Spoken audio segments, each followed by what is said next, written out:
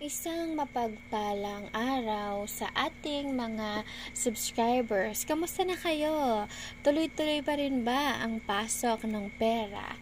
Diba? So, ramdam na ramdam nyo kung gaano ka-effective ang pagsusubscribe kay Queen Empress. Diba? So, bukod dyan sa ating mga manifestation prayers na binibigay ko sa inyo na aking mga subscribers, so, syempre, tuturuan ko kayo ng mga pampaswerte na dapat yung gamitin sa paparating na 2025. At this video ay para sa ating 2025 prediction na kayo mga subscriber ko lamang ang makakapanood.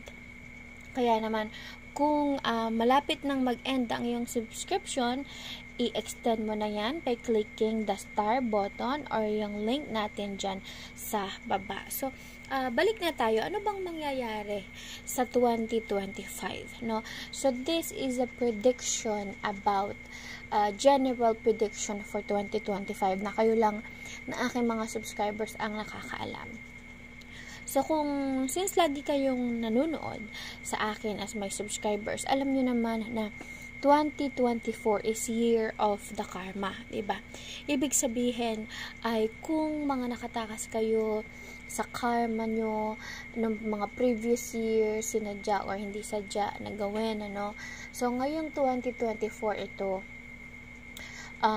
kumbaga talagang magmamanifest. Kaya pansinin nyo, ang bilis ng pasok ng pera sa inyo, pero ang bilis din maubos. Hindi kayo nawawalan ng problema, diba? So, mas matindi ngayon taon, di ba? Kumpara ng mga nakaraang buwan, nakaraang taon, na ito talagang hindi napuputol, di ba? Laging problema ay pera. So, ang year 2025 naman ay it's a sign ng kung si 2024 ay year of the karma, 2025 is the year that we really have a creator, no?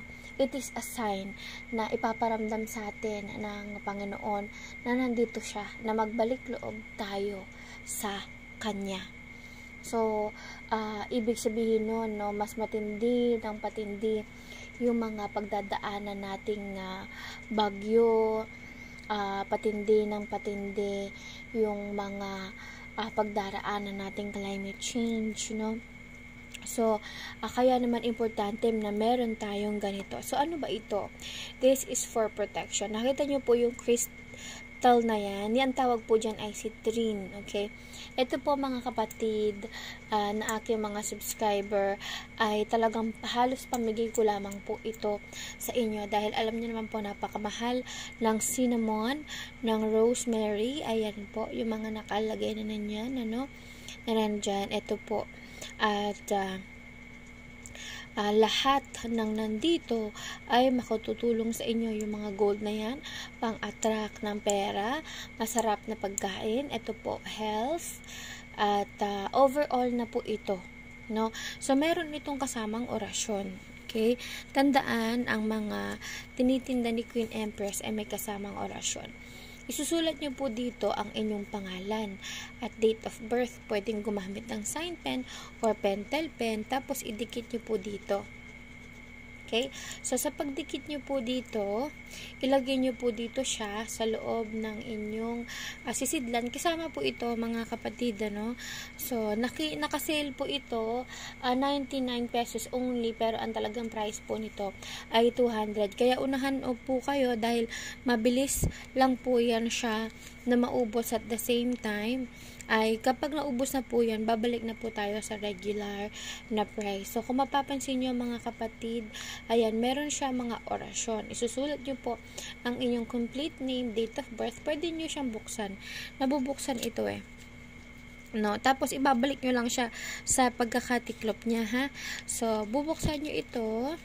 Tapos, ilatag nyo, tapos isulat nyo yung mga goal nyo na gusto nyong mangyari, yung mga manifestation nyo na gusto nyong mangyari sa 2025. Tapos, ibalik lang po ulit sa ganitong tiklop, no? At isulat dyan ng complete name, date of birth, okay? So, ganun lang po kasimple mga kapatid. Ito po ay protection. Pwede nyo pong ilagay sa side ng inyong bed, sa silangan ng inyong bahay. Ganyan po siya sa east po ng inyong kwarto. Doon nyo po ito ilagay. So, andyan po ang cinnamon, citrine, rosemary, at iba't iba pa pong herbs na pangontra po sa lahat. So, hindi naman po ibig sabihin nun ay kumbaga hindi na kayo magkakaroon ng problema. Diba? Sa buong 2025. Kumbaga at least malilimitahan po niya yung mga problema na kaya namang iwasan, ilalayo na po niya yun sa inyo, lalo na po yung mga sakit, no? So overall po yan sa health, sa wealth, no? Pag-akit ang pera, yan nga pong si citrine, si cinnamon, yan pong mga green gold na yan, no, na nakikita nyo po ay para po sa inyong kalusugan. Ito po ay mga pampaswerte, no? So, syempre po, ito ang pinakamahalaga. Yung nakalagay po dito na orasyon. Okay? So, sealed nyo lang pong ganyan. Hindi nyo na po siya kailangan pang buksan, no? Na ganyan. Nabubuksan po ito eh. So, hindi nyo na po siya kailangan buksan. Ayan po yung proof na meron niyang cinnamon, ano? Alam nyo naman mga kapatid, mahal ang cinnamon pa lang. Mahal na, di po ba? Tsaka citrine pa lang. So, ito po natatanggal po siya, no? So, pwede nyo po siyang ilagay po dito sa inyong kwarto, yung pong ganyan, pang kontra bad spirit, no?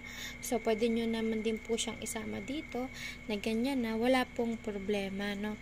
Kayo po ang bahala kung paghihiwalayin nyo sila. Ito pwede to sa kwarto nyo. Sabit nyo dun sa pintuan ng kwarto nyo or sa may bed nyo, kung may sabitan yung bed nyo, yung design ng bed frame nyo, ayan, pwede po yan. Okay?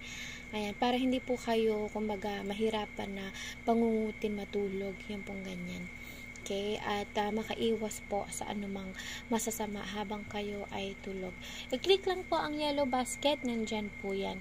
Maraming salamat mga kapatid.